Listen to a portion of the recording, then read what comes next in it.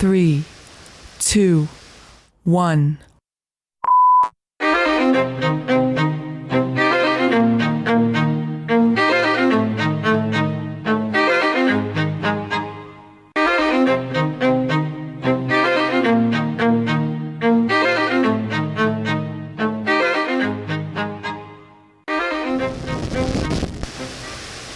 So Halo Reach was kind of, it brings you back. It goes back to right before Halo 1, before the Pillar of Autumn took off with the Master Chief, and it chronicles a team of Spartan 3s, which are a new version of the Spartans. They're a little bit easier to make. I don't think they have to kidnap children anymore. I don't think they're as powerful, though, right, Pope? If you correct me if I'm wrong. I think no, it's definitely a quantity over quality thing with the 3s. Yeah. So, which I remember Pope and I were really excited for Reach because we had both read The Fall of Reach. We loved that book. Did you read it as well, or? I did, yeah. Yeah, okay, you did. So, we all read it, and we all loved that book. It was a great telling. It's a sci-fi masterpiece in my opinion. It really is. It's a great war novel. It's a great sci-fi novel. You get to learn more about. That sounds silly to say, like I'm putting up their late, 2001 Space Odyssey or some shit, but like it's very good, very very good.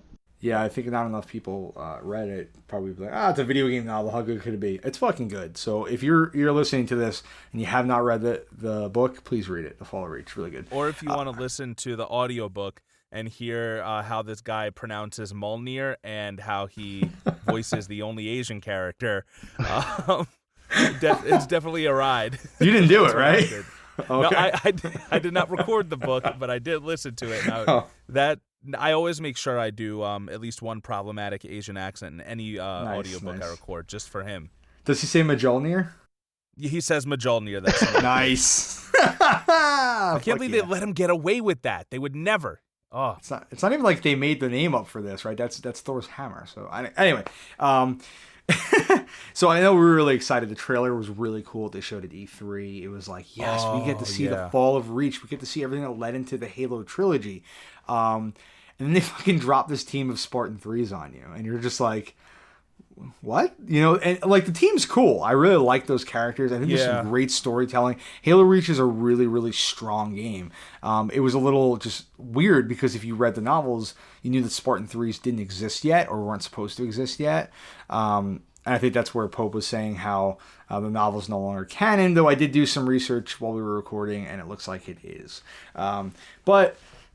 So like it was a little disconcerting to see those Spartan 3s there, but they tell a really cool story. So they drop you in your Noble 6. Noble team is the team you're playing, and I don't think he has any lines, right? He's supposed to be you. You can design how he looks. Like they try to really make like you're that Spartan. They only give him one bit about his background, and that's it, right? He's like a lone wolf, right? That's his thing. Yeah. So the Planet Reach is being invaded by the Covenant, and Noble Team is helping defend the planet. Pope, you want to give us a little more insight into the Planet Reach? Reach is a fortress world for the UNSC. It's their major ship construction planet. It's where they do all their big weapons development, all their big technology. It's where the Spartans were trained. I believe it's where their armor was at least designed, and it wasn't built there. But yeah, I mean, the Reach was like considered untouchable for forever until the Covenant came and overwhelmed it. Yeah, so this is a huge blow. This is major. This is where the chief kind of was raised and trained. It's the closest thing the chief has to home at that point. Yeah, I mean, so for the Spartans, this is hitting close to home. Obviously, this is their home, and it's a huge blow to the military because this is the planet, like you said, they thought was untouchable. They never thought they'd make it to Earth. They didn't think they'd make it to Reach either. They didn't think they'd ever be able to get there, but they do. They do get here, and they quickly learn they cannot defeat the Covenant here. They are going to lose this battle, and you play through this war with Noble Team as they actually have to go and find Dr. Halsey. So you get to meet her, which is pretty cool, and she eventually will give you an AI fragment, which will turn out to be Cortana, which you have to deliver to the Pillar of Autumn. And it's cool because they did a little bit more I think in depth with this planet. You get to see like some wild animals. You get to see like villages. Like there's some really cool stuff here. You get to feel like it's almost like a lived in place. There's a little more life to the planet, and you fight alongside different Marines and things like that. And you go through a noble team, and basically one by one they're killed, right?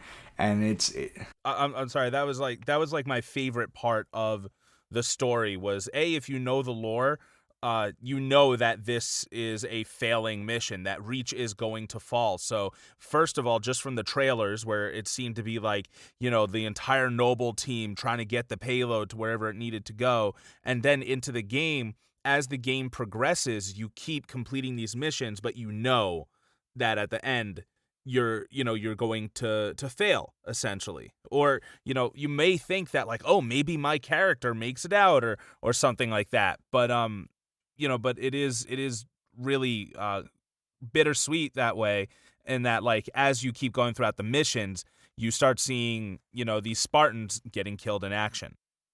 Yeah, and each one's pretty unique and individual. They all different ethnicities, different accents, different armor. By all their armor. Yeah, Kat. Everyone fell in love with her there. And like their deaths are all very, very unique. Like Kat is shot, right? She's just like sniped out. It's not this like big heroic death. She's just killed. And it's sad. She was the first one, right? Yeah, and it's just like that's when you're like, no, George was the first to die. No, he wasn't. No, was he? Yes, he was the last. George to die. was the first to die. George died in the George is the big guy, the heavy guns expert. He died. Oh yeah, you're right. He did die first. You're right. He was a Spartan too, though. Reach has been good to me. Oh, that was. Yeah, he was a Spartan too. Yeah, he was the only Spartan 2 that was in this game, I think. Right. So he's with this team of Spartan 3s, and he's visibly larger than them. But he was a badass. Wow, he was really cool. Yeah, he sacrifices himself in a very heroic way. And then Kat obviously gets sniped out.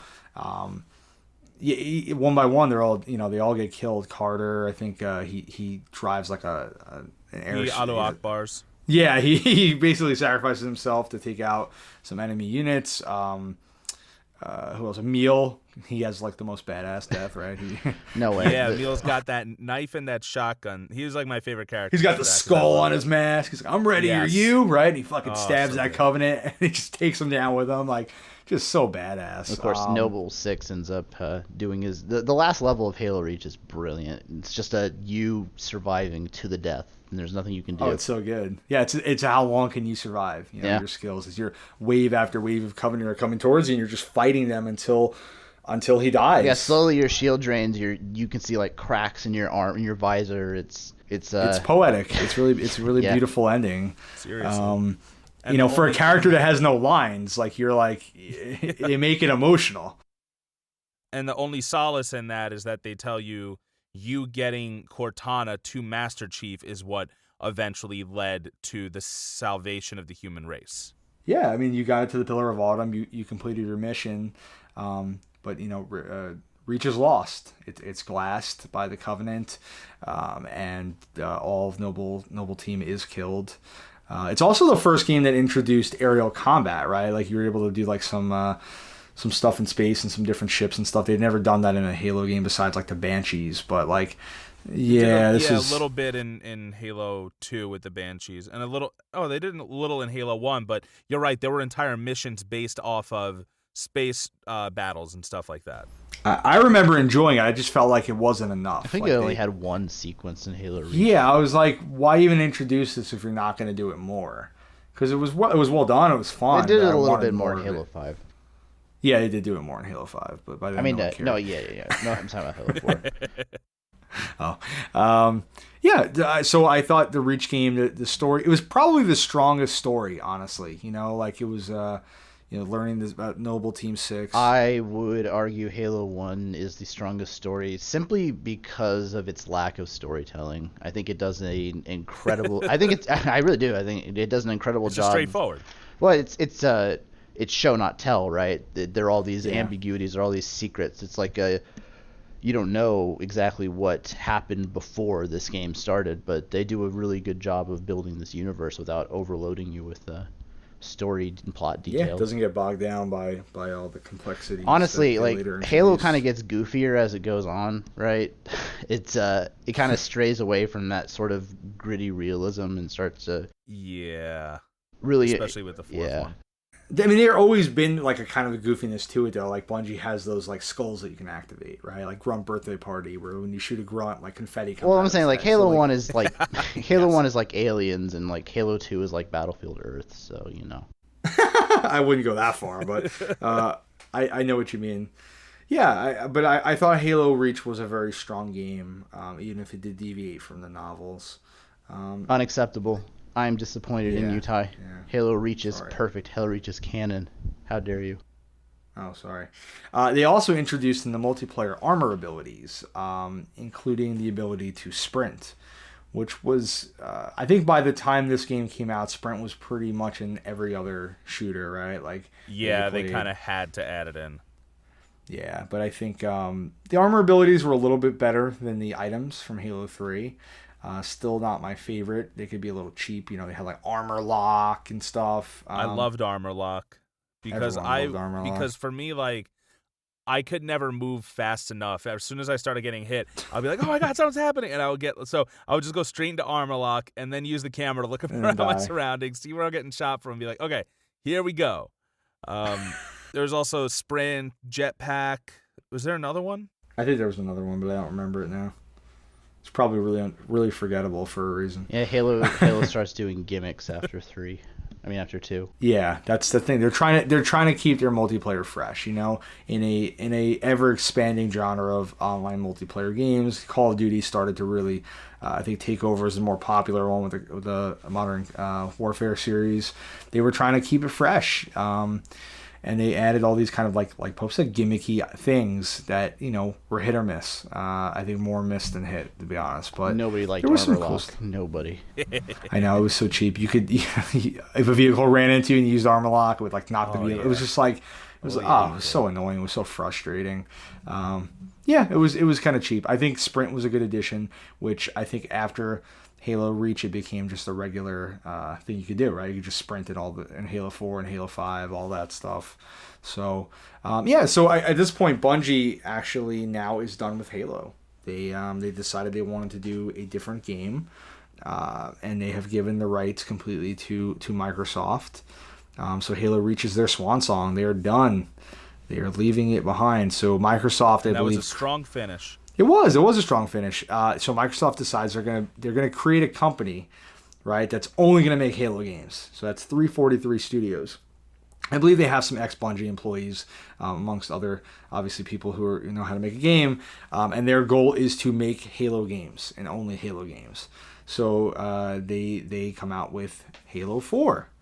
And I know we were definitely a little nervous, I think, as fans of the Halo series, knowing that Bungie was no longer involved. There was definitely some hesitation there. You know, how did you guys feel? Oh, well, I was super excited when you showed me the trailer for it. And, it really caught me off guard. You were like, don't look at the screen. Don't look at the screen. Like, you didn't let me know what it was. You just hit play, and I was looking at the darkness.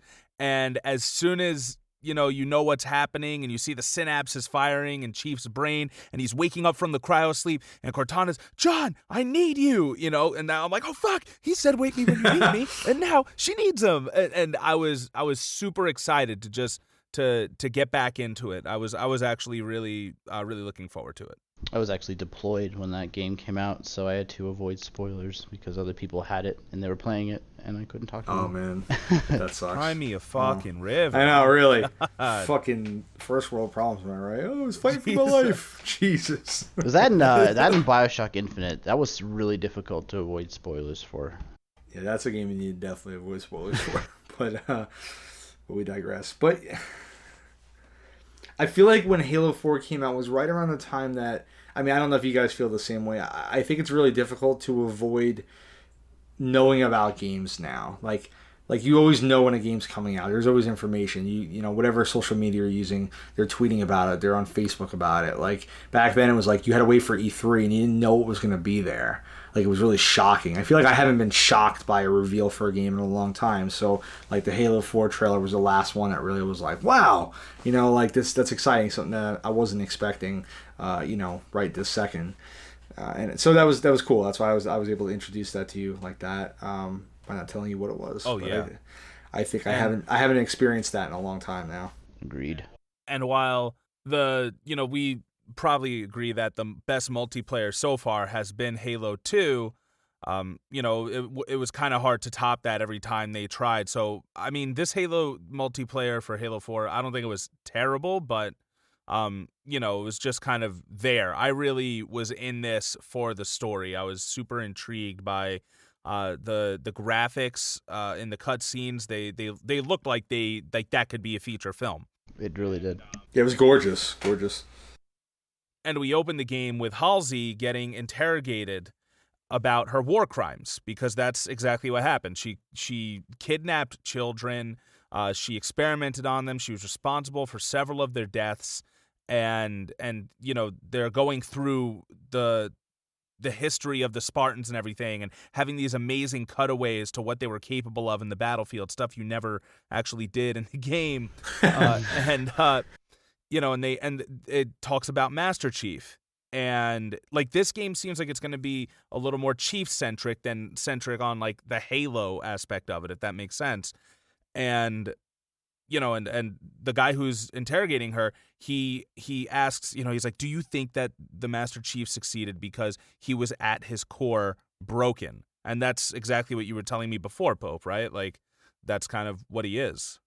Yeah, so I'm pretty sure they say in that same cutscene that Spartans exhibit sociopathic tendencies.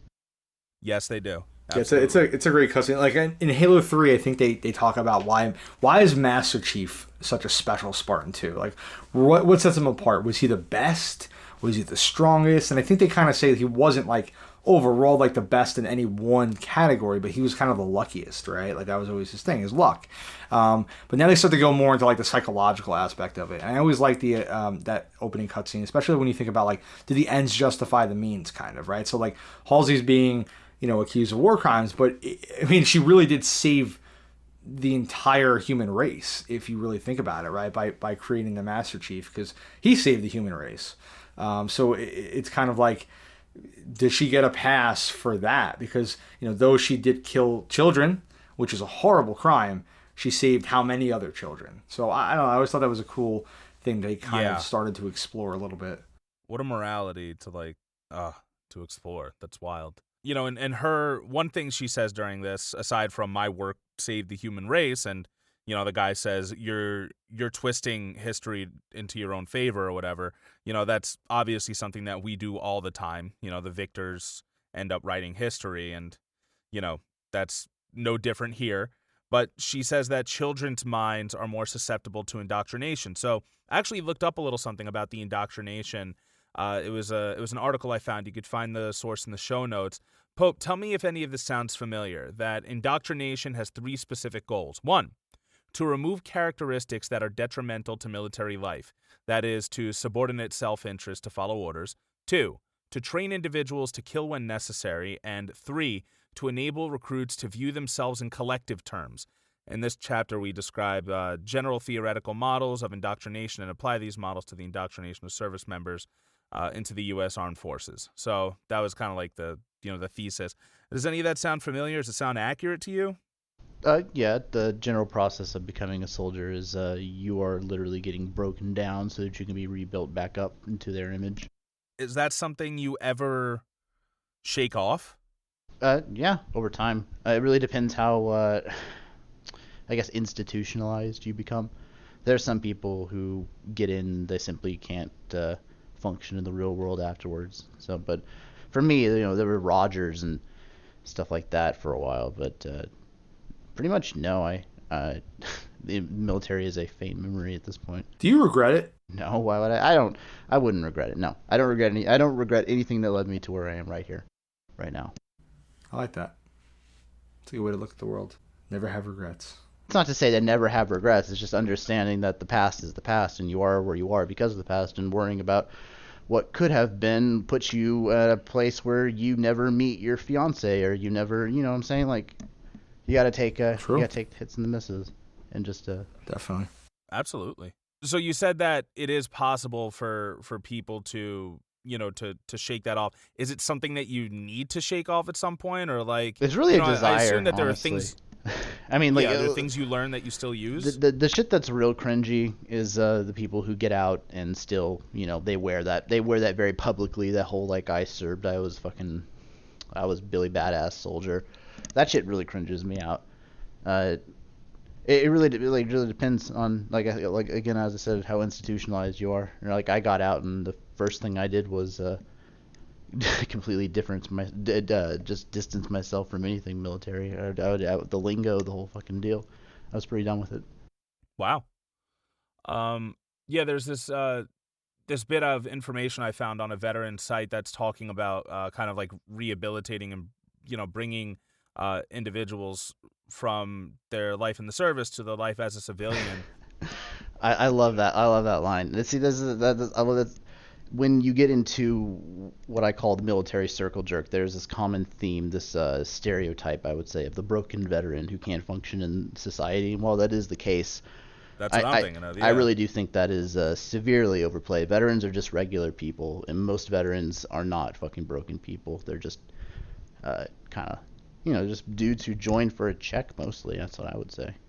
So they had a job, and they did that job, and, that job just required a lot of push-ups. Oh yeah, dude. Army really is just a job. Pretty great. You just you get up after a while. You really do just kind of get up and go to work every day. So. What kind of job did you have? I was infantry. So whereas other MOSs or Army jobs essentially, they like mechanics would work on vehicles all day, or the medical staff would be at the hospital doing medical shit. But we were infantry, so our entire job is to kill people. So all we do is go into the field and play guns like we're 6. I shit you not.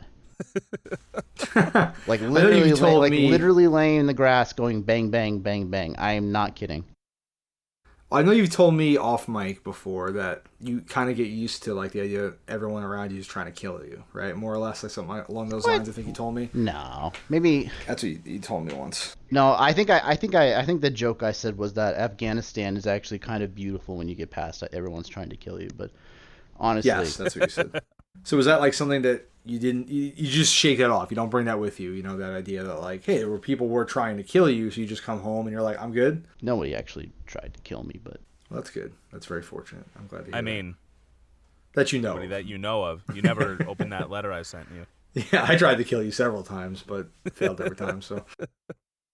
Out of the kindness of Ty's heart, he aborted the missile strike. I did. Last second. It was close. It was like Digimon the movie. Yeah, close, I was getting ready.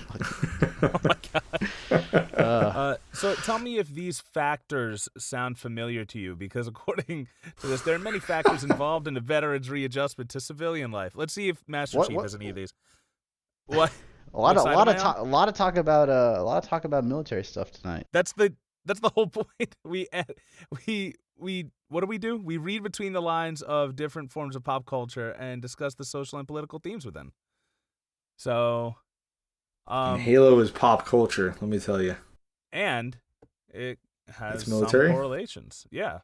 So, understanding and abiding by civilian legal standards that may be different from military standards. Is that a big thing for you? I gotta go through every one of these and ask that question. Maybe we should talk about Halo a bit and then come back to the question. All right, so Halo 4 storytelling, a lot more about Master Chief and his personality, his special connection dealing to with Cortana. Authority figures, reestablishing and reevaluating relationships with family and friends. Well, obviously, I feel like he kind of answered that already. Like it wasn't an issue for him, but it can be for certain people depending on how indoctrinated people are individuals, Michael. They're not a monolith? No, I don't think so. What is a monolith? The grave mind, the flood. They are a monolith. The plant monster from Halo 2. But they are dead now, and Halo 4 is a whole new ball game. Am I right? Sure. So yeah, the basic storyline of this game becomes after an AI has been in service for a certain amount of years, they start to think themselves to death and they go rampant, which is what's happening to Cortana. I believe they go rampant after 7 years, and she was put into service 8 years ago. Am I correct in that? Something like that, yeah. Which is, it's kind of an interesting concept, right? They've built these incredibly intelligent AI that can do, I mean, so much, right? Cortana basically helps save human race, the Covenant, everything. Yeah. Also, take into consideration Cortana's special is she was constructed out of the brain scans of Flash clones of Dr. Halsey herself. Yeah, we did not mention that. Yeah, that's absolutely true. No, we did not. So yeah, she has a very special connection to John, to the Master Chief. But after a certain amount of time, she literally has so much knowledge that it's killing her, right? Like, she runs rampant, and like that's kind of a crazy thing to think they could create this really, really advanced thing that winds up killing itself. So even with all the technology, and they've been able to take over the galaxy and really expand, and they still can't stop these AI from dying after a certain amount of time. It's kind of an interesting concept. Also leading into this game, there was a live-action miniseries called Forward Unto Dawn, which would tie into the storyline of this game as well. I thought that was awesome, just to see it, live action, get a little bit more into the lore of Halo, and I believe this kid was in a military academy of some sort. I believe so. Yeah, it was cool because they had talked about for years doing like a live action Halo, like a show or a movie, and it never seemed to pan out. But they were able to do this. It was kind of like a mini series. It was good though. I don't think it was great. I think it was good. You did get to see the Master Chief at one point, which was pretty cool. But yeah, like you kind of had to watch it to understand. Well, I mean, you didn't really have to watch it because Lasky wasn't the most important character, but he was a main character in Halo 4, so it did help to get a little bit more backstory on him and his relationship with the Master Chief, because the Chief saves him, right? So he has this kind of mutual respect for him because he remembers being saved by the Chief back during the Covenant War, and here he is. Now, himself kind of somebody important in the military, and he gets a chance to kind of help the Master Chief out. Yeah, he's kind of beholden to him for saving him when he was younger. We also see that a big theme in this is like when to and not follow orders, which I really like. That, Lasky, while he's still an active soldier, he's like, he ends up going against the wishes of his superior to help Chief out into doing whatever Chief needs to do. And by this point, Chief, who has been built up as the ideal soldier because of his efficiency and because he follows orders and never gives up, he spits in the face of that in this because he needs to save Cortana. He needs to save the only friend he's ever had, really. And I really thought that was such a great part of his arc. Yeah, he's finally kind of disobeying orders, right? And doing something, I guess, for him. Right, because Cortana is someone important to him. Yeah. And I think for the first time, he's really like, I'm not going to lose her. I'm not going to give her up because you're telling me to. So, I think he's already given so much to the world that it's time that, he kind of says, whoa. Like, you can't take this from me too. Like, I need her. Like, she's all I got. And that's kind of, something that happens throughout the game. And it was great. It was really, really great storytelling device, and I think the story of Halo 4 is very strong. I really enjoyed the campaign. They introduce a bunch of new enemies. We really get into Forerunner technology here, and the Prometheans, which are like a synthetic, warrior type. There's definitely some new stuff here, new weapons. Like I think it was a nice energy boost for a long time series that you had seen a lot of the same enemies and same weapons. So you finally got like a little something new. Yeah, and they also expanded the fact that there's a new class of Spartans as well, the Spartan 4s. Yeah, they're like they're the cheap man Spartans. Even more watered down than the Spartan 3s. Yeah, they were more watered down than the Spartan 3s? They were. They're barely Spartans. So the entire purpose of the Spartan program is absolutely quantity over quality. So like Spartan 1s were not a thing, right? No, the Spartan 1s were just essentially just a failed mech project. Spartan 2s worked, but there wasn't a lot of them. Most of them died, but they were very powerful. Then you had Spartan 3s, which were a little easier to make, but not quite as strong. And then you got Spartan 4s, which are like, anybody can be them, right? Like, I feel like you can join up and be like, I want to be a Spartan 4. Sure, Nathan come Fillion on in. or whatever. Yeah, Nathan Fillion, who was an ODST. Oh, we didn't go into that. There was a spin-off We don't have called, to. The best, called ODST, best where you get to character play Nathan in, Fillion. Best character. Yeah, and he returns here shortly next game. ODST is phenomenal, by the way. Really good. Is it? Oh, it's great. Like it holds up. Yeah, it holds up good. surprisingly well. Go back and play that campaign. It's phenomenal. I'm gonna have to definitely. Well, they added it to they hit Master Chief Collection for free a long time ago. So, which is pretty and cool. it's now installed on my Xbox again as of today, so that we can run through these games and relive the memories. But Halo 4 sort of represents a change in the Halo series, a big change where the humans are winning at this point. You know what I mean? Humans are kind of top dog in the galaxy at this. Huh. That's interesting. Yeah, think about that. yeah. Now it's kind of boring, isn't it?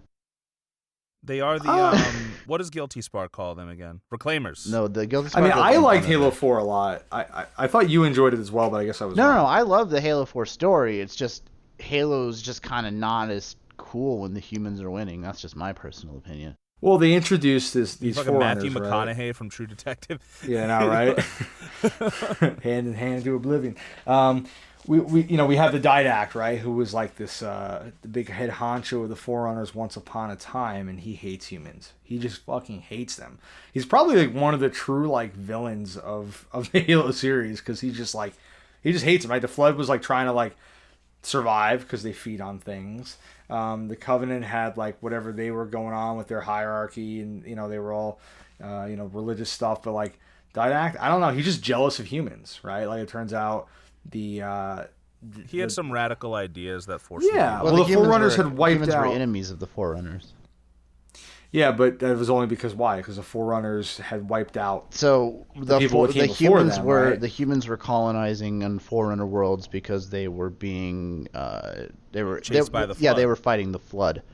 The humans actually defeated the Flood, but they were weakened, and the Forerunners destroyed them essentially. But they were also jealous Wiped of them back to right? the Stone Age, basically. Yes, that did happen. Because they were supposed to take the mantle of responsibility. They were the ones who were supposed to inherit it, the humans.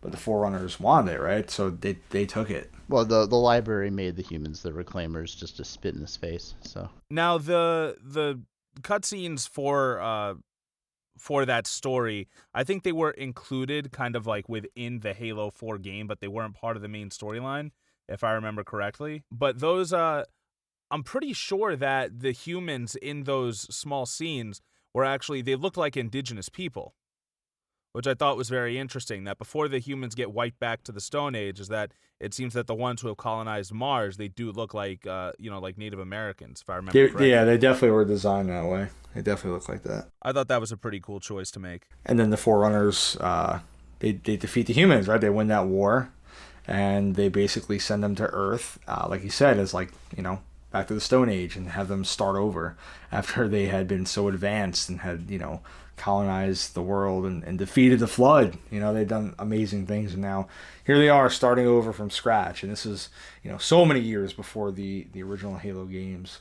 But it all comes back now. Now the Didact is awoken, right? He's unsealed. He's going to take revenge and kill the humans, and he has the ability to basically take like organic life and turn it into his like synth soldiers, right? Like he can make it take their energy. So he starts unleashing this. I think he actually does it on Earth, right? Doesn't he take out like a whole city on Earth? Yeah, he has some sort of I want to say terraforming drill, but that's only because it looks like that thing from Man of Steel. yeah, I was gonna say this is very reminiscent from the plot of Man of Steel. Holy shit, Zack Snyder. You son of a bitch. When are we gonna get the Snyder cut of Endgame? That's what I'm waiting for. Snyder cut of Endgame. I guess the last thing I had was it said life started in Africa. Cool. That's all I wrote. At one point, basically. Actually, scientists are design now of Halo, saying that life probably started in the Arctic. Oh shit. Well, I guess this isn't our Earth, the one that happens to be in the games. But yeah, they did. That's pretty cool. Send me something about that. But yeah, we do have of course in history Halo is made to destroy all life in the universe. That way, the flood will die out of starvation, and then it repopulates the universe. Halo repopulates the universe with the Ark. Yeah, with the Ark, which has all of the DNA samples of all the species in the universe. Blah blah blah. Humans start in Africa. Blah blah blah, and then eventually they end up, becoming the main characters of the games we end up seeing. It's there for you if you want it to. I feel like it actually helps if you know a little bit more about the Forerunners and everything, because they go heavy with it in this game, heavier than they did before, I think. They definitely do. There was I think a trilogy of novels too that go into the Forerunners. I think it's really cool because they've obviously built this lore that's really in depth, and there's like thousands of years of history in this universe. But I do find it gets a little like muddy, like it's almost like too much. I didn't even enjoy really reading the novels about the Forerunners. Once again, Halo suffers from too much storytelling. Yeah, it's just so much, because they start telling you like, oh well, the Forerunners actually there was a race before them too. I can't quite remember what they were called. Oh, the precursors. The precursors, yeah. Well done. So it's just like, how much are you pouring onto us? Now we're learning about Forerunners. Then we're learning about precursors. Then there's like the flood still around, and it's just like so much, Halo 5 has even more storytelling, if you can believe it. Halo, yeah, and that's why I don't want to. Not great. But yeah, so Halo 4, it obviously culminates in the Chief taking on the Didact, and him and Cortana are able to stop him, and Chief has to say goodbye to Cortana, and it's this really emotional moment, and I think. I don't remember the science of it. It is real sad. It's sad in the way that like Spider-Man dying at the end of Avengers is really, really sad. You know what I mean? Yeah, it is. I cried during both. Goddamn. Yeah, but they bring her back. They bring her back good as new, easy peasy. Okay, nope. Let's not go there yet. She's fucking dead. She did it. So she actually gets to physically touch the Chief, right? Like using like some hard sort of light science tech. mumbo jumbo. I don't using the hard light technology. That's dope. The hard light technology and the reverse thrusters, of course. Yeah, so she's able to touch him, and Chief does not want to say goodbye. Like this is really hard for him, but he for once cannot save her, and he is rescued by the what was that ship? Infinity, the Infinity, right? Where Lasky and the Spartan 4s are, and there comes a point where he finally takes off his armor, which I thought was great. He like the war's over, it's done. He's not needed to fight anymore. He lost Cortana. So he takes his armor off, and it's kind of like this. They give you a brief glimpse of his face, just a tiny little brief shadow. Tiny glimpse.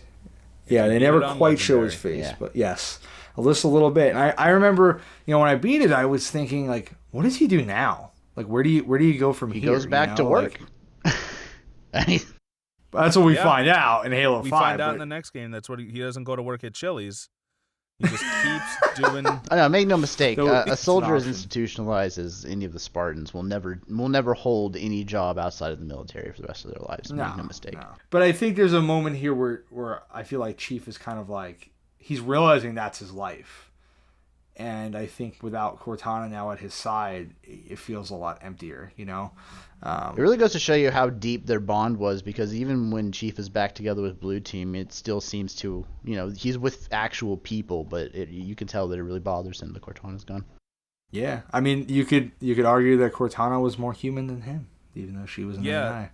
And that's what they kept bringing up in the fourth game too. Is I think she's like, remind me which one of us is the machine, and at the end, Chief is talking to Lasky. Okay, what he says to Lasky is our duty as soldiers is to protect humanity, and Lasky tells him, you're saying humanity and soldiers like they're two different things, which kind of harkens back to what you were saying, Pope. Like, for the most part, you're just people who had jobs, like you're regular people, and that's it. There really shouldn't be that separation. Yeah, for the most part, it's just a job, but it is hard to sometimes you really do start to lose yourself as an individual, and it's done that way on purpose. They don't want individuals necessarily. So the individual game I didn't want to talk about, but well, first, did you guys play the Halo 4 multiplayer at all?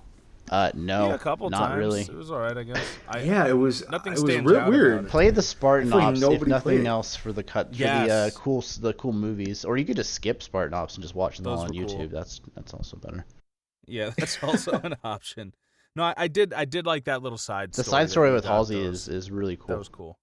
Yeah, her and what was it? Jewel Undama comes in. Yeah, it ties into Yeah. the was it Karen Travis novels? Those are actually really solid. Yep. So what do we want to talk about 5? Well, actually, let me talk about the trailer, which I loved because I False didn't play the game advertising. yet. Halo 5's advertising is entirely false advertising. They lie. They lie the entire time. They tell you there's this big hunt, Master Chief's this big criminal. Like, you gotta find him. It's like this detective thing. Locke, he's like the greatest detective. And he's gonna hunt the Master Chief down to the ends of the earth. And then they do this thing It's where like it's like fucking Batman. they had like these 2 different commercials. Where one where like Chief's like in the rubble and like Locke's gonna shoot him and like vice versa. And this shit doesn't ever happen. It never fucking happens. There's not this great Or when chase. Chief is in the desert. They interact like one time. It's like the movie War with Jet Li and Jason Statham. And then They you fight for like 3 minutes and then team up. Their idea of a boss fight in Halo 5 is to fight the same guy over and over again, but this time there's one more of him. Yeah, so I don't know what went wrong with Halo 5 because it's the same people who made Halo 4, but it's not good. It looks nice, but they kind of pulled the same trick from Halo 2, right? They split the story between Master Chief, who is reunited with Spartan Blue Team, his team of Spartan 2s, and they don't fucking go into it at all. They don't go into it at all. They're just back together. There's no emotional like, oh wow, you guys made it. Nothing. You know, if you read the books, Yeah, up to this moment, we've been told he was the last Spartan. Yeah, And in the books, they tell you he's not, but still. In the books, you knew how important they were to each other, and to finally see each other again, you think would be worthy of a cutscene. Not even. Yeah, but unfortunately, Blue Team doesn't really have any chemistry. No, they don't. They're really not great. And then we juxtaposed them with Osiris Team, which is who also have no chemistry. Have no chemistry. Led by Locke, who is the worst character probably in the Halo series. He does have Buck, played by Nathan Fillion, who should have been the lead. Who can do no wrong. And they led up to this with a series, right? There was a TV series or Halo Nightfall. It was like a pod. Yeah, they did all kinds of stuff. They did like a podcast. They did like some radio broadcast stuff. Like the advertisement for Halo 5 was robust, and it was entirely false. Yeah, I agree. And I think a lot of it has to do with like the actor who played Locke too in that live action was pretty forgettable, I think. And they obviously didn't really develop him at all in the game. I feel like he was just very, very boring. He just had no interesting character traits, you know. Well, and yeah, like, I mean, he even went on to play Luke Cage, and I didn't like him in that role either. Right, yeah, that's right. He's just a very bland actor. And then like Locke is just a bland character now in the game, and you know, you keep cutting between him and the Master Chief, and like I'm more interested in playing the Master Chief, right? Like I think everyone was. You know, you want to see more Blue Team, but when you play either of them, like it's just not interesting. You find out Cortana's still alive. You're going after her. I'll be honest, of all the Halo games, Halo 5 story made the least amount of sense to me. And I don't know if it was because I was least interested in it or if it was just overly complicated. But there's a lot of stuff that I was like, what does that mean? Like, what's happening here? Like, I found it so forgettable. You're right. Yeah, like it was just like, like, you know, and there is a scene where Locke and Chief face off for a very quick minute. But it's a cutscene, right? You don't play it. And that's it. After that, they pretty much never have a conflict again. And it's pretty disappointing. You know, and especially from what we do know about the books, where like, you know, these Spartans were capable of borderline anime stunts that they could do. Like, you know, they would just, you know, communicate to each other through dots in their visor and then, you know, disappear into the mist within the blink of an eye. Like, and then you had these two Spartans fighting each other, and it's like, you know, two drunk dudes at the end of the night just thrown down at an alley. They were so anime, they made an anime about them. And they really fucked up here with Locke and Chief. Just not an interesting fight at all. And then Blue Team finds Cortana, and she's been healed of her rampancy, she claims, right, by Forerunner technology. And now all the Prometheans are her weapons. They're all listening to her. And there comes a point where, she has plans of her own, and Chief, realizes that he needs to talk her down, and it doesn't work. And she takes him captive. She takes Blue Team captive, and you have to play as Team Osiris to save the day. And I don't think anyone wanted to do that, right? I don't think anyone gave a fuck about Team Osiris. I was like, really? After everything Master Chief's gone through, we have to play these schmucks to save the day? No thanks. And then I think all the AI in the world start like joining Cortana, except for the Infinities, Roland, the AI. It's like that movie Her with Joaquin. Yeah, it's very much like Her, honestly. Actually, it is. It's totally her, except Chief doesn't fuck Master her. Chief, and Cortana is Black Widow's character. What is she again? Scarlett Johansson? Scarlett Johansson. I was gonna say Natalie Dormer for some reason. Oh boy. But yeah, that's basically it. It's the two of them, and we're all going to our own place together. Sorry, Chief. It's been real. And she takes. I think the best part of Halo 5 was when Chief runs into Halsey at the end. Oh, there's kind of like a moment there where it's like, she's kind of his mother. She's pretty important to him, no matter what you feel about what she did. She's someone of great importance to her. And as Pope mentioned, Cortana was based on her, her memories and her mind fragments and everything. So it's a pretty big moment for Chief to meet her. I think it ends there, right? That's where it ends. And I think it does, yeah. Except for Halo 6 or I should say Halo Infinite, which will be apparently an open world game. So fuck me, right? I don't know. But are you gonna play get, like Halo kart racing after that, maybe? Are you gonna play it? I'll be honest with you, man. I don't know, man. I think I'm just done with Halo at this point. I think 343 doesn't really know what they're doing. I think they jumped the shark. Reevaluate. I'll ask you again when we get closer to. Also, they're very secretive. Oh, yeah. We don't know really anything about Infinite. It's been in development for fucking like a decade or some shit. It has. It just keeps saying, we're listening to the fans. We're listening to the fans. So hopefully they listen to the fans and make a good game, because that's what Halo fans like. They like good games. And we have not gotten one recently. So, yeah, Halo 5 also had multiplayer. Never played it. I don't think anyone did. It was... It was unremarkable. I literally know nothing about the multiplayer. Couldn't even. It's tell just you. more gimmicks. It's just another Halo game where they remove the previous set of gimmicks and add a new set of gimmicks. That's it. It's just boring. Halo was at its best when it was simple, right? Yeah. Yep. It's really funny when you think about the implementation of sprint into the Halo series, because you're not actually going faster than when you were going, the speed you're going in Halo 1. You're just Halo 1, you move faster by default, right? It's an illusion that you're going faster in games with sprint. You just blew my fucking mind. So would you say there's not much of a learning curve going between Reach and then Halo 1 because of the sprint? Don't you dare. Well, first of all, Halo 1 is a fundamentally unbalanced game. I'm pretty sure you can two-shot people from across the map with a pistol, I think.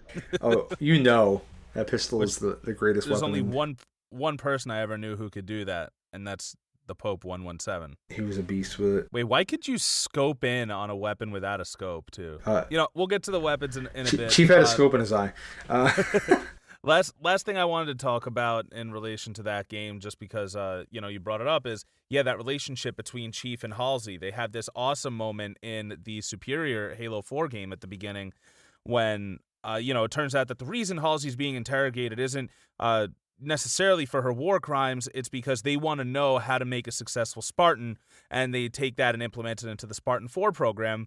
But this guy, he's telling her, he's like, the chief is dead, blah blah blah, and she's like, his file reads missing in action, just like all the Spartans. He's like, oh, Spartans never die, and she says. She says, don't underestimate my Spartans, but most importantly, don't underestimate him. And that I absolutely loved. Like she scouted him personally with Keyes back in the day. She's seen him become what he is now. Like, she's seen it all. Without a doubt. Without a doubt, John is absolutely Halsey's favorite, for sure. Also, you said Keyes was a really heroic character, but he fucking helped her kidnap those kids. So Well, I mean, he's not so did he innocent did he really help kidnap them? He was actually following orders. Whoa, hold on. I'd like to Okay, no, okay. I'd like to jump in here because I don't think that's a very defensible position. The only time that Keyes and Halsey were together was when they were scouting out children, and he had no idea what was going on in that situation. Yeah. So if you help a pedophile pick out children, you are in no way. I'm saying if you are Well, a if captain you don't and know- you are ordered to go on an escort mission where you go to essentially a school and you stand around while a doctor talks to a child, and then you go home, and then months later, essentially special forces operatives kidnap the children, I don't really think you're very culpable. Yeah, maybe. Not necessarily. I mean, it's just, like I feel said, like he following knew orders. I'll say something the Halsey happened. question is Yeah. really fascinating. You know what I mean? Should she be Yeah. tried for, or is what she did a crime? And should she be tried for it? No, it's my favorite question ever. Period. My favorite question. I don't know. It really is though. It's like she did save the world, but did a horrible thing to do it. I don't know. It's an ends justify the means type of scenario. Ends justify the means, exactly. Yeah, and I guess it depends on your personal viewpoints. So we know how the story ends in Halo 5, but I just want to take it back to our beginnings real quick. We talked about all the great days of Halo 2, and that's really where we built our friendship. We had our own little group. We had our awesome custom games. What were your favorite custom games, guys? Pope, you go first. What was your favorite?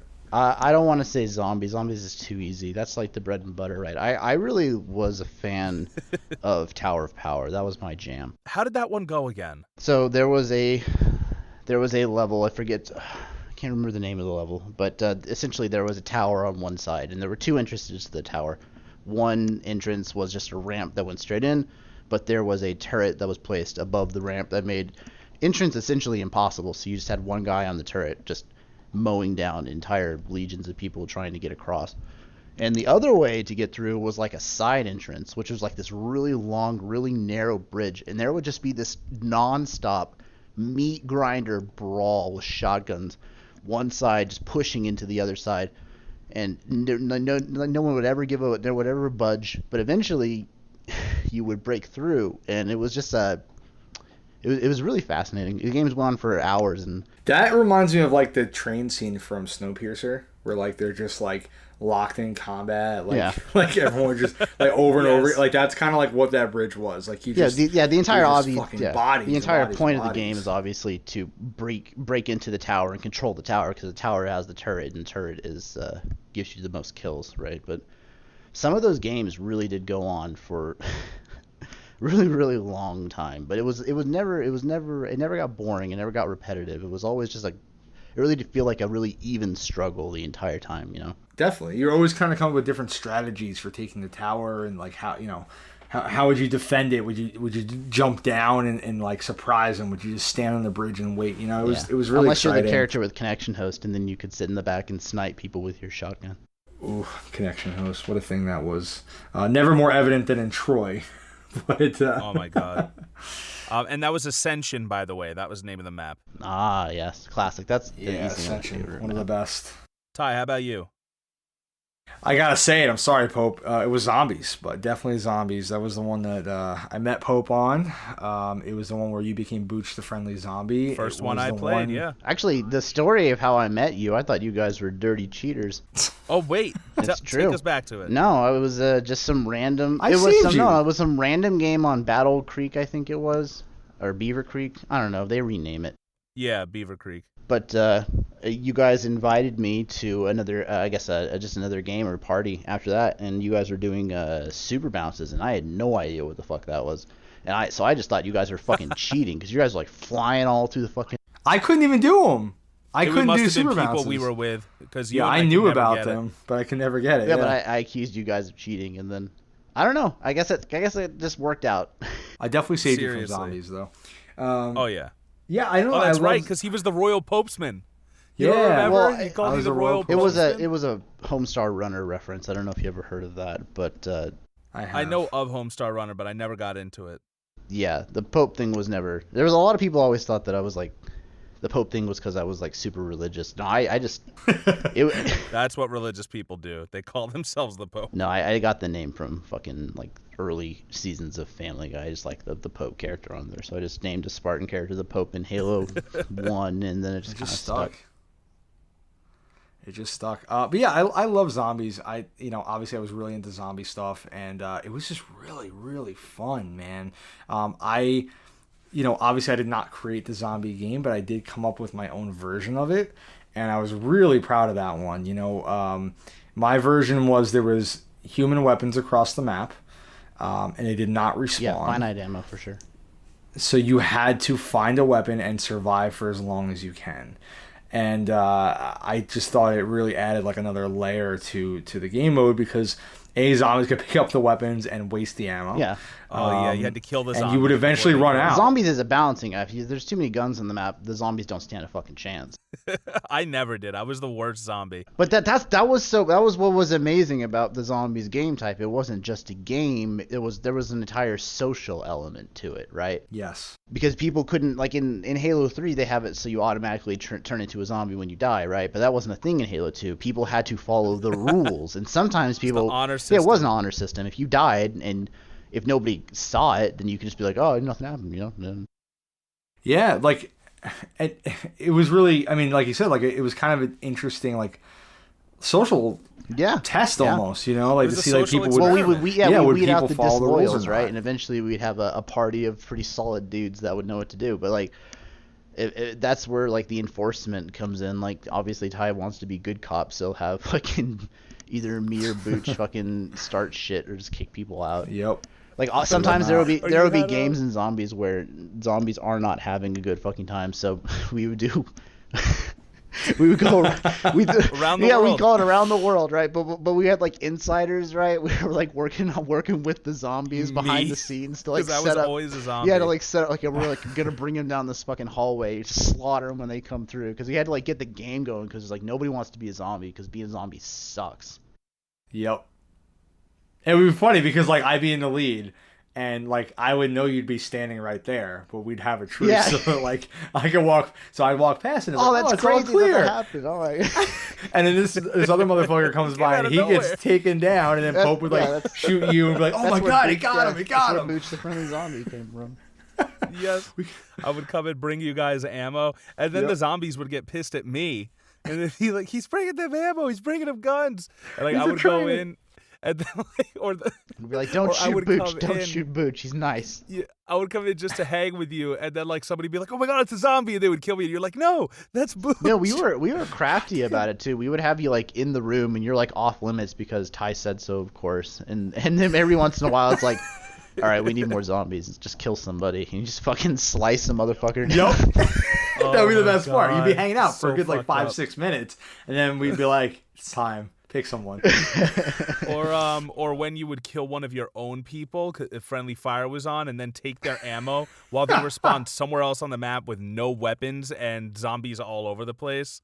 That was like the ultimate. I think Ex-Mayman Jinko would do that a lot. Oh God, he was the worst with that. I remember there was a rule that I had to get the BR. So I remember we'd be on. You were a pistol guy, man. You were all about. The pistol was my dual backup pistols. for the last minute. Yeah, the dual wielding pistols. That was my last thing after the BR. So like if somebody took my weapons, we'd dude, be like, yeah, nah, people man, would fucking simp for you so fucking hard. They would give you. They would. They'd be like, they'd prostrate themselves before you, give you all the fucking ammo and BRs. They'd be like, my lord, here you go.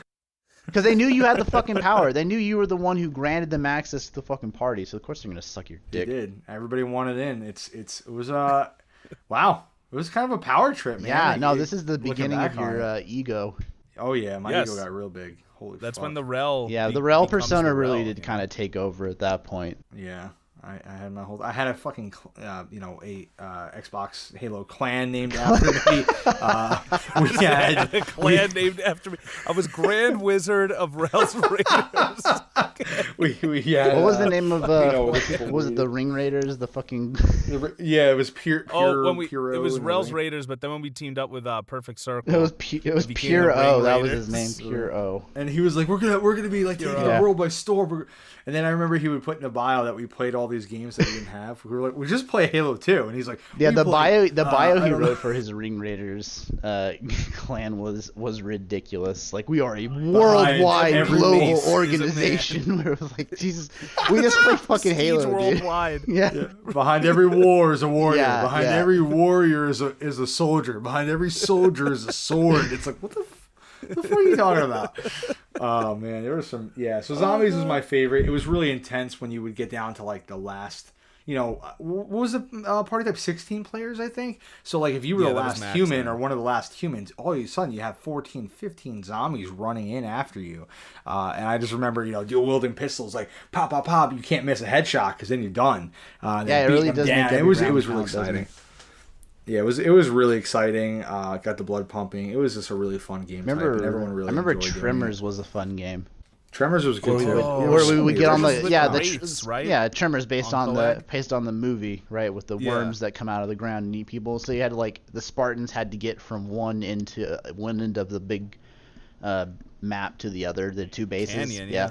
But yeah, you were only safe if you were on a rock or a ledge or something. So like the vehicles had free reign to run you over if you were on the ground. So you had to like make these wild dashes from like cover to cover. And you would trick people, you like spread out, like split up. It was really strategic. I liked it a lot, actually. Hey, which was your favorite?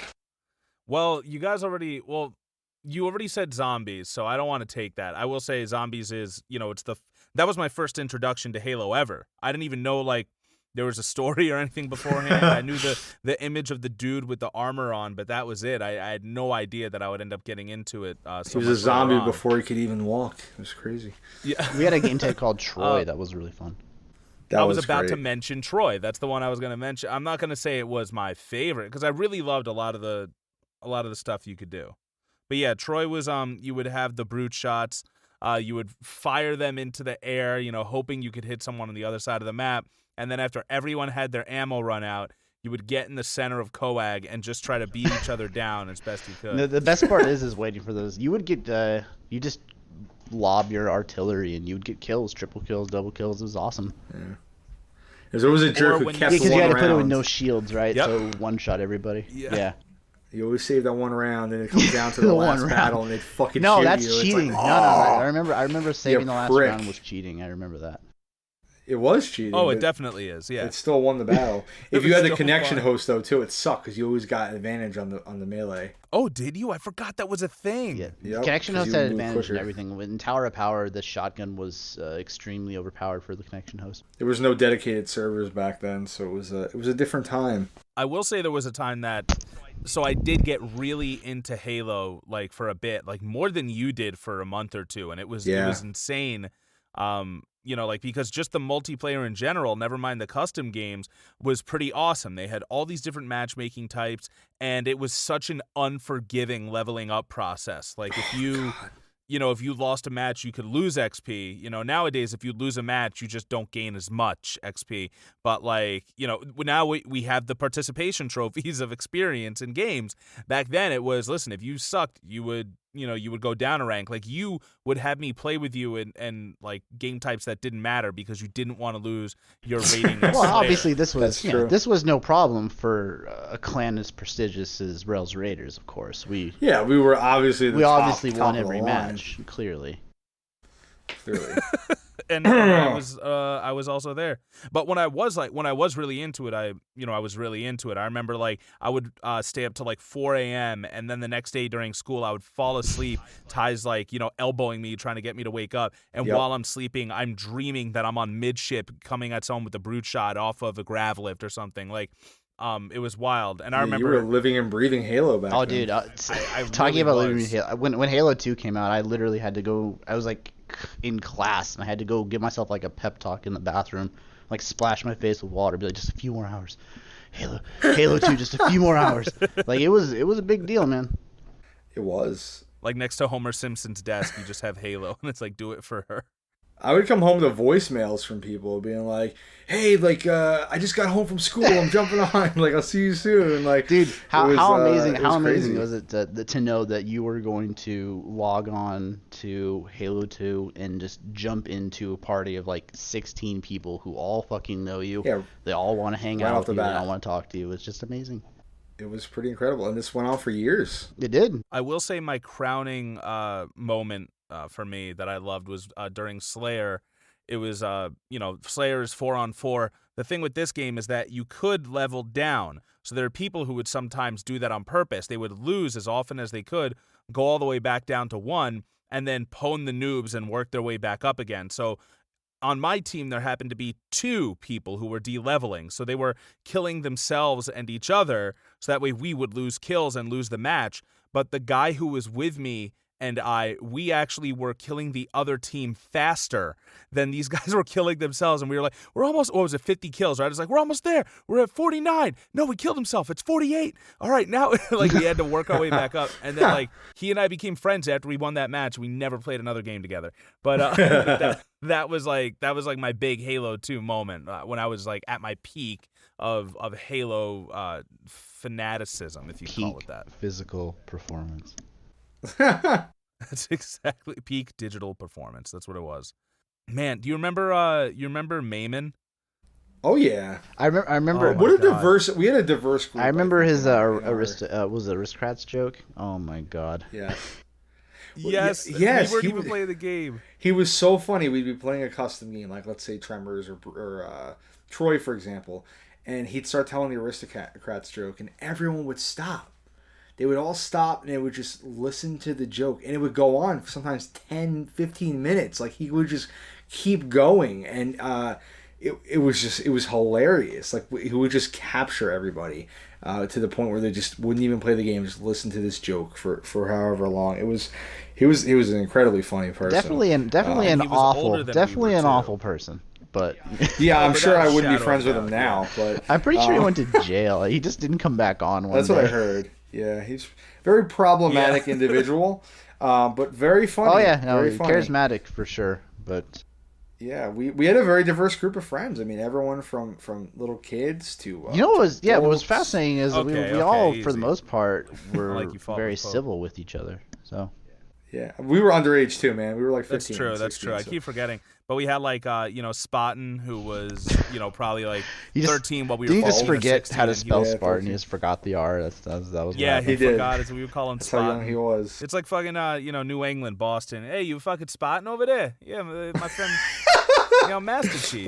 Fucking don't even get me fucking started. Yeah, you fucking Spartan. Fucking socks. And then bro. there was All Pro Swift Girl. Fox, who was loading up on dying. Oh yes, Swift Fox. And then there was All Pro Girl or Sword Cave. Sword Cave, good old Sword Cave. Sword Cave. I don't care what anybody says. That joke is funny to this day. It really is. It really is. Absolutely is.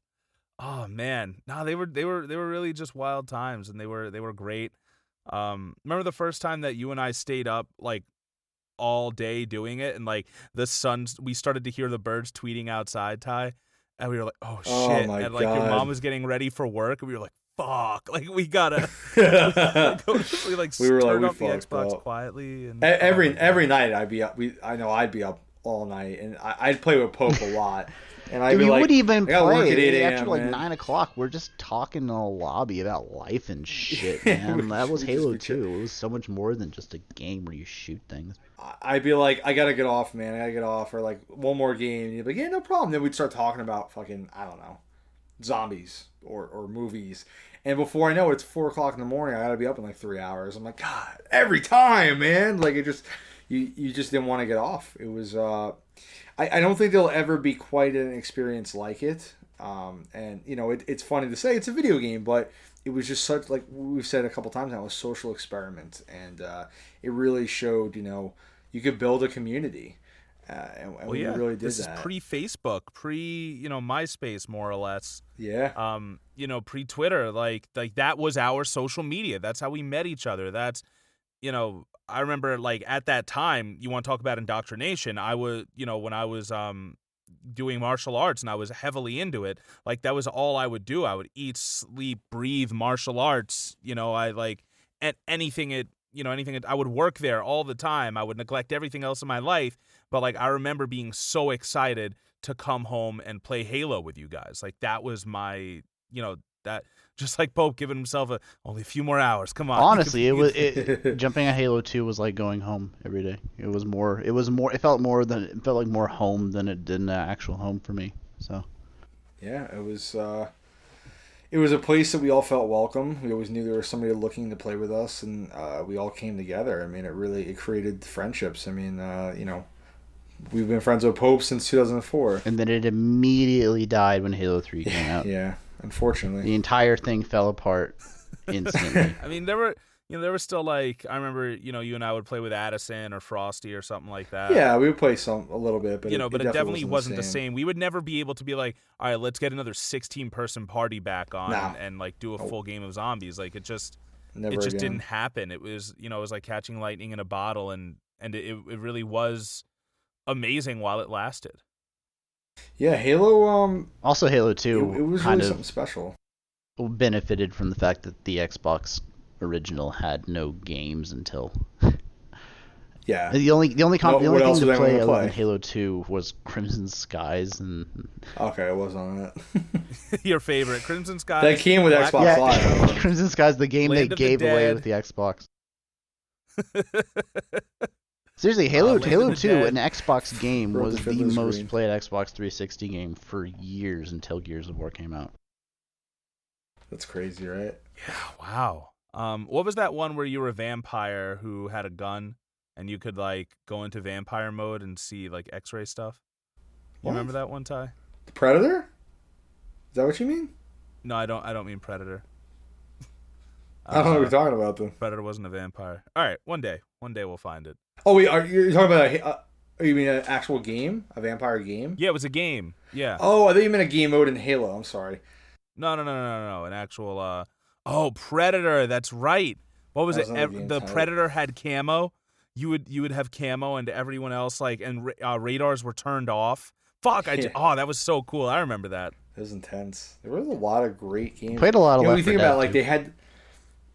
Yeah, Left 4 Dead was great. Halo 2 was special because it had all like a very basic, let's say, like game types, but people were able to make them into these special custom games, and it was cool. It's cool how it caught on to so many different communities in Halo 2. But yeah, I mean, Halo in general, I think is just a really amazing series. Even though it has fallen apart a little bit more lately, I mean, the amount of spin-offs and stuff. If you're into anime, they've got anime. If you're into comic books, you can do that. There's even 2 RTS games that were built for the Xbox from the ground up. Halo Wars. Phenomenal game. It's by the way. phenomenal. Halo First Halo Wars was excellent video great. game. Excellent.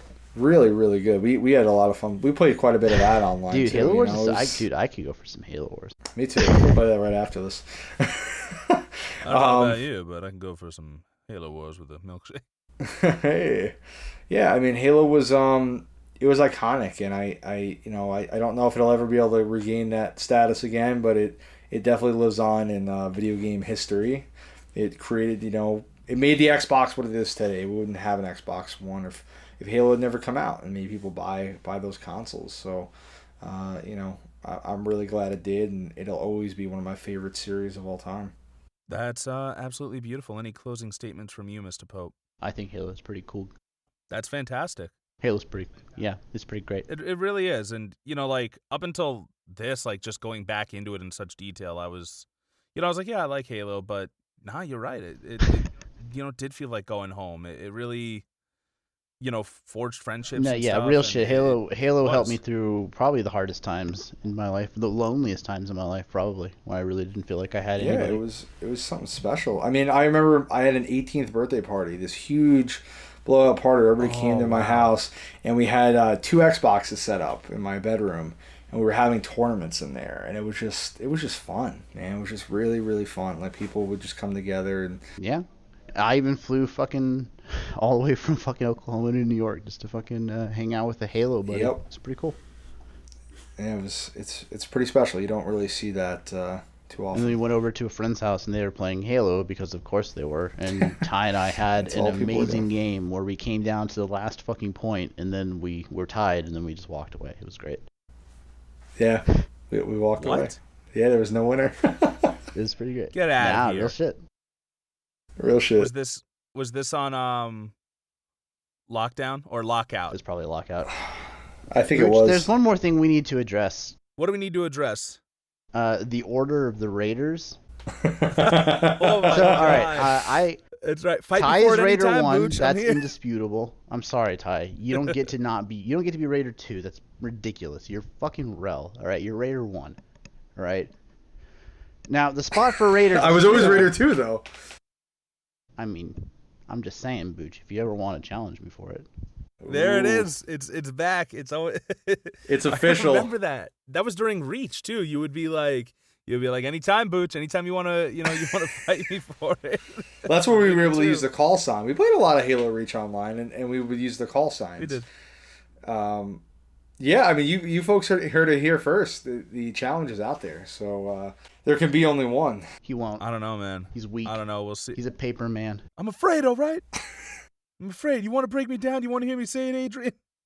I'm afraid. Oh, by the way, Juggernaut. Remember Juggernaut on Reach? I had a lot of fun with that one. Oh. Where you could be a super fast-moving, grab hammer wielding dude, and you had to get the skull and stuff. Oh wait, was that Juggernaut? What was the one where you had to get the skull? Nerf ball? No. What ball was it? Ball. Griff Slam ball. ball? Griff Yeah, ball. the Rooster Teeth creation. Yeah. Griff ball was fun. I had fun with that. And Juggernaut was the one where you had one player who was super OP. He had like overshield and had his radar on, and you didn't. And like I think Predator was just a version of Juggernaut. Predator was just invisible. Yeah, invisible Spartan. Oh, was it? Okay. That you had to kill. Yeah. Well, Griff ball was fun. If I had anything else, I would close out. Like you said, Ty, there's a lot of awesome media to look at. Halo Legends, love it or hate it. It had a lot of short stories in there. Halo Legends. Some that were ridiculous. Fucking awful. Halo Legends. It is amazing. Trash. It's just trash. So good, Halo Legends. Bad. They're legends. Legends are. They literally made The this package? anime shit. One of the fucking Halo. Halo Legends. They did a Gotham Knight for Halo. They trot in fucking anime style, and it's the goofiest, dumbest shit I ever seen in my whole fucking life. It ruins the There's entire nothing like aesthetic. I'm telling you. It's all about the package. Or was that it? Or was it the delivery? I think it was called the package. Where the whole team is there and they fucking have to just slaughter a bunch of Covenant aliens on their way to. Look, I'm not saying Halsey. every short was bad, all right? The Animatrix wasn't fucking perfect, but it had some good ones. I mean, most of the shorts were not good, but I loved the package. It was ridiculous, but I mean that's probably closer to the stuff the books would describe. There was Spartans one in being Legends able to where do. it was the Arbiter, right? The Arbiter has to. It's like a samurai sort of. Oh yes, they gave him the okay. samurai storyline where like they have to fight with metal swords, not energy swords. And he has to. Yeah, he's like has to fend off like assassination attempts and shit. It's pretty cool. Some of that shit's good, and some of that shit is cringe. Amen. What are your favorite weapon? Go. Battle rifle for sure. BR, Ty? Favorite weapon? Yeah. BR, battle rifle. Yeah, you can't beat the trusty battle rifle, man. For me, it's actually the shotgun because I normally have terrible aim. And if we're going, I was going to say melee because, I guess there's only like 2 actual melee weapons, but I did love the energy sword quite a bit. I really like that one. I have one on my wall in my my little man cave. I have one as well. Oh, that's right. I just found it today, actually, of all days. Oh, get out of here. That's awesome. So yeah, I mean, I think that does it. We went through the games, we went through some of the extended lore. Definitely look into it. See all the stuff on YouTube if you don't want to take in every single little thing. I tried my best to squeeze whatever parallels into actual army life is, but I can only get so much out Halo of the legendary really ain't Pope that 117. deep. It really ain't. Wake me when you need me. That's it. Wake me when you need me. But all right. So with that, we are going to close out. Song we're writing out on today is going to be the song that introduced us to Breaking Benjamin, "Blow Me Away," Oh my which fucking was god! from Don't the you Halo dare! 2 Don't you fucking! soundtrack. This shit pissed me off so fucking hard. Then they fucking cucked a Breaking fucking Benjamin. I wanted to tear my fucking eyes. Oh my god! It's just fucking awful. They had the good graces to not include the awful, awful lyrics. Thank God. When they actually used it. They in the just game? played the fucking background music. It was so out of place. Like this rock. Dude, it was beautiful. That's my favorite part of Halo 2. Oh. Anyway, yeah. Proceed. Proceed to torture us. Go ahead.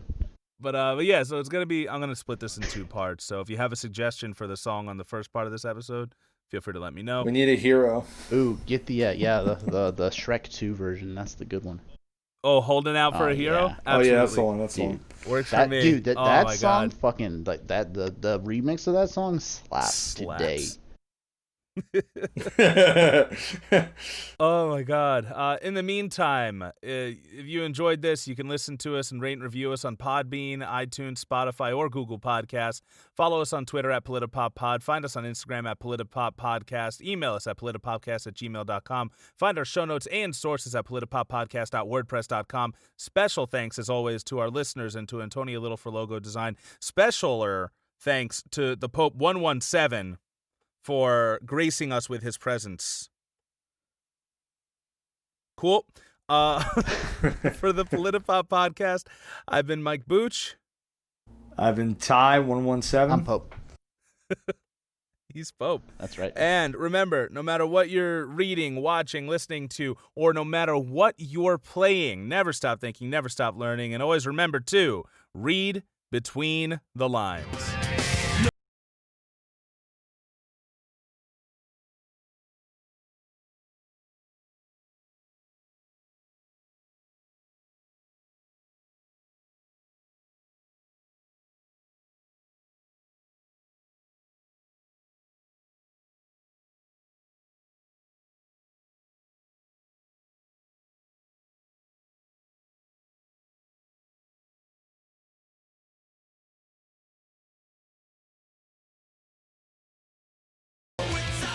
What does he say? He says something. And when he says it, He fucking says it, all right. it's fucking wild. You won't believe how he said it. No, it's something along the lines of like she said that once about being a machine or something like that. Is it really, he says like humanity and soldiers or something. I'll get it. I should have copied the exact quote. So are we ending at Halo 4 or are we actually going to talk about? I'm honestly fine with ending at Halo 4 because I just want to talk about. Can we talk about the part where the Spartan 4 punches Master Chief in the face and breaks his visor? Can you talk about that part? We're really not going to talk about Halo 5 at all. We're just going to I pretend guess it doesn't if exist. you want to bring up some stuff about it. I think we should go for briefly it, go over it. Very briefly. The only character in Halo 5 that's even remotely rememberable is Buck, and it's only because it's Nathan Fillion. And he was in ODST before him. Yeah. What was it? Oh my God, what was Locke? Oh my God. Oh. I don't understand how they make he looks so cool, and they made him such a weak character. They made that entire Spartan team so boring and bland. They're all Spartan 4s, right? Yeah. I need a weapon. And scene. There you go. That's it, ladies and gents. Execute me. I should probably stop the damn thing.